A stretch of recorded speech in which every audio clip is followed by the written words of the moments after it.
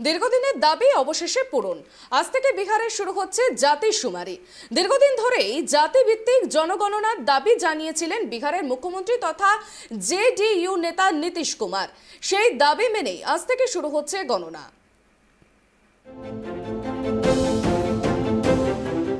বিহারে আয়োজন করা হয়েছে সমাধান যাত্রার।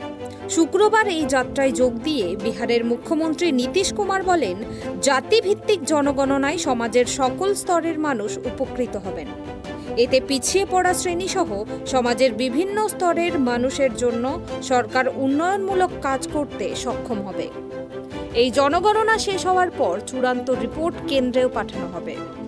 তিনি আরও বলেন, জাতিভিত্তিক গণনায় আসলে সমস্ত জাতি ও ধর্মের মানুষদের গণনা করা হবে। সঠিক ভিত্তিতে যাতে জাতি শুমারি হয় তার জন্য আধিকারিকদের সঠিক প্রশিক্ষণও দেওয়া হয়েছে।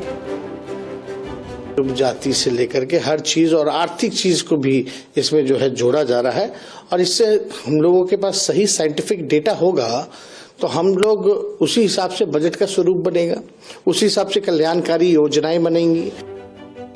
সরকারি সূত্রের খবর, 2 ধাপে এই জাতিভিত্তিক শুমারি বা জনগণনা করা হবে। আগামী 21শে জানুয়ারির মধ্যে প্রথম দফার গণনা শেষ হবে। এতে রাজ্যে কত পরিবার রয়েছে তা গণনা করা হবে। জনগণনার দ্বিতীয় ধাপ শুরু হবে মার্চ মাস থেকে।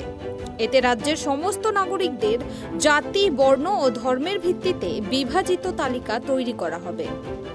2023 সালের মে মাসের মধ্যে এই জাতি শুমারির কাজ সম্পূর্ণ শেষ হয়ে যাবে।